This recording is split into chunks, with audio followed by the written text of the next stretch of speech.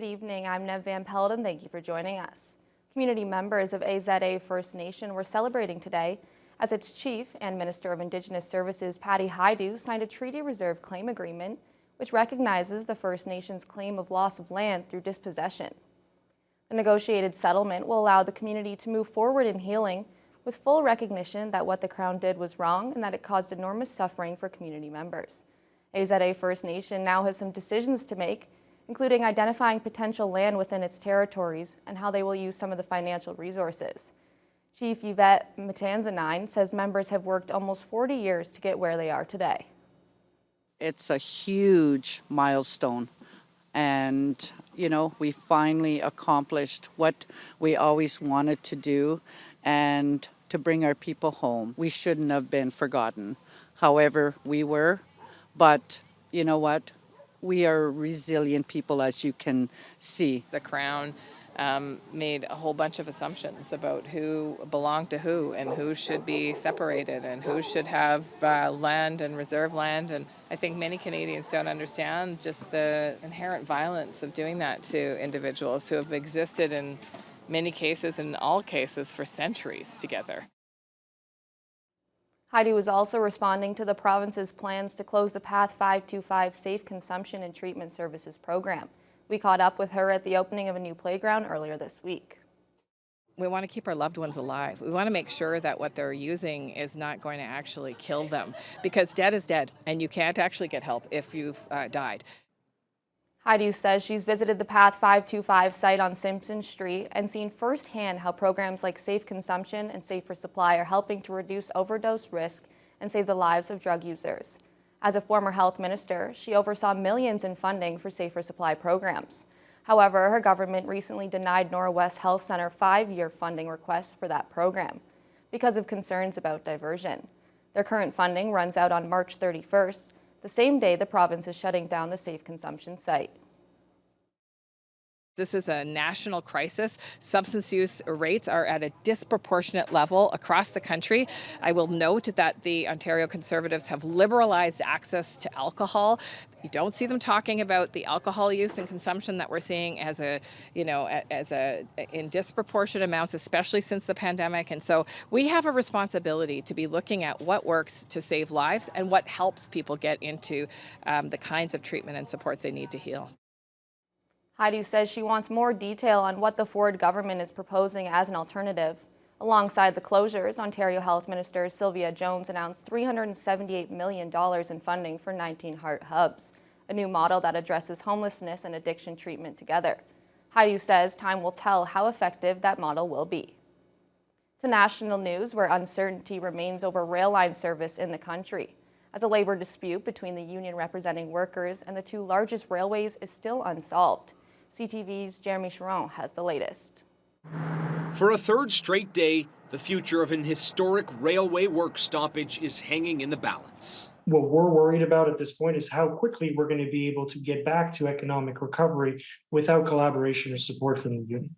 Following a marathon 9-hour meeting Friday evening before the Canadian Industrial Relations Board, Teamsters, Canadian National, and Canadian Pacific Kansas City are all waiting on a decision by the Labour Board, who was asked by the feds to order binding arbitration and get workers back on the job.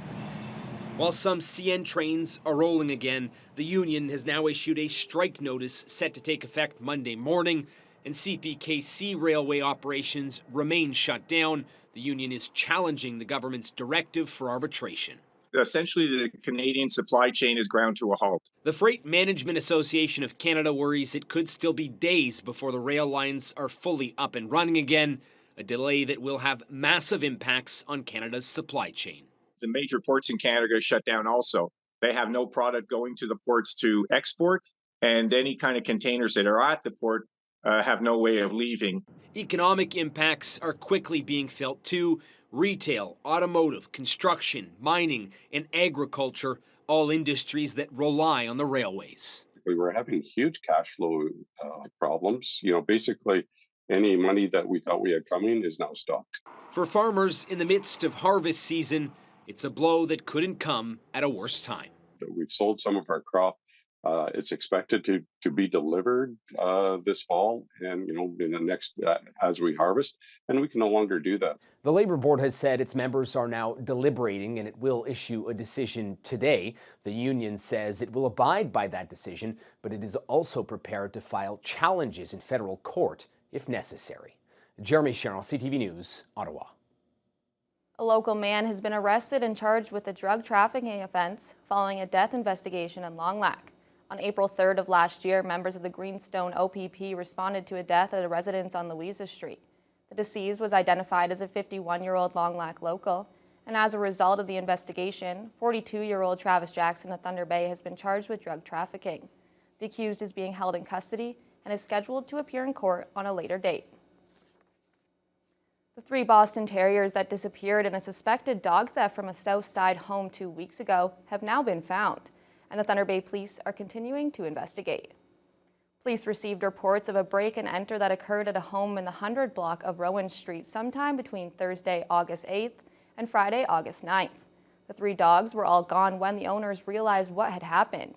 The dogs have now been safely recovered in good health, and the Thunder Bay Police want to thank the public for their assistance.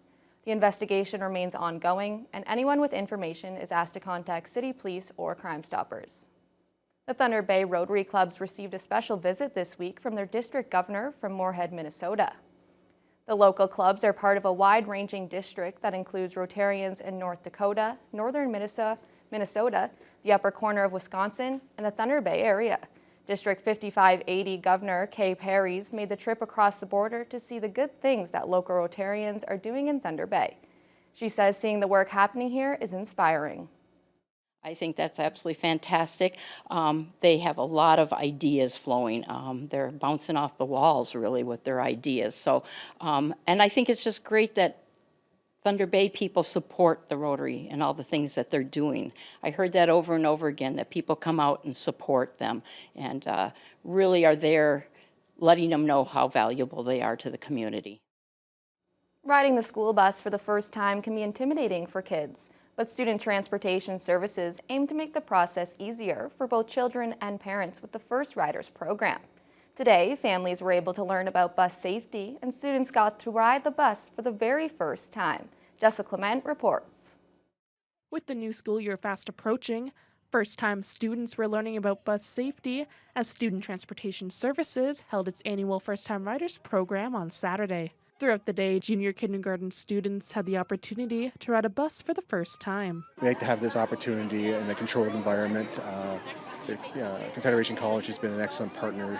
We've been coming here for most of those 30 years that we've been doing the program, and so we have a controlled environment where we can ride the bus around campus and give the children the experience of riding the bus for the first time. Student Transportation Services Manager Craig Murphy says around 350 students were registered for this year's program, which starts off with watching a safety video at home. The day of, students are taken out on a 20-minute bus ride around campus, while an instructor reviews school bus safety tips and answers any questions they have.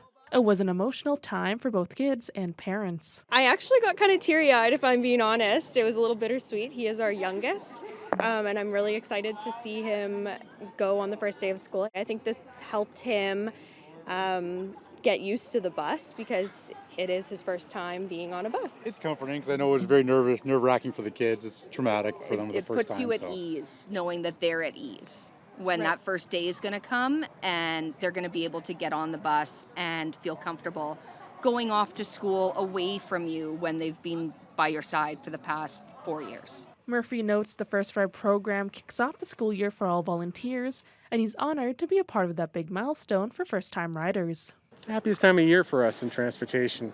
I mean, we do a lot of work in transportation for planning routes and putting students on buses and answering parent concerns, and it's a lot of work throughout the year, but this really is the kickoff of every school year. Murphy mentions this year's First Ride program is also bittersweet, as it's the first one since the passing of retired OPP constable and school bus safety advocate Gary Cooper. Cooper was a part of the program since the beginning, and Murphy says they wanted to do something to honor him. As people who know Constable Cooper, he was a big advocate for organ and tissue transplants and donors.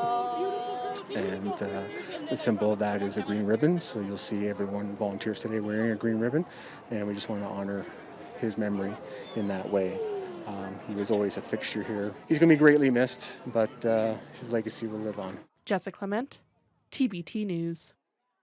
Despite the rainy weather yesterday, residents spent the whole day golfing for a good cause. The 24th annual Ronald McDonald House Charity Golf Tournament took place at the Fort William Country Golf Club. The 18-hole golf tournament had 144 golfers taking part, raising over $120,000. Tournament chair Chris Holland says the funds directly support Ronald McDonald houses in Toronto and London, which provide children and their families with a home away from home while seeking life-saving treatment at children's hospitals. Holland adds that the two houses support families from all over northwestern Ontario. It's the region totally. A lot of First Nations communities. Children will travel from there as well to be supported in those houses. If you're away, if you have to be away for a month, a week, 2 months, it's a place away from home that it costs pennies on the dollar compared to having to get a hotel and food. So it's a great charity.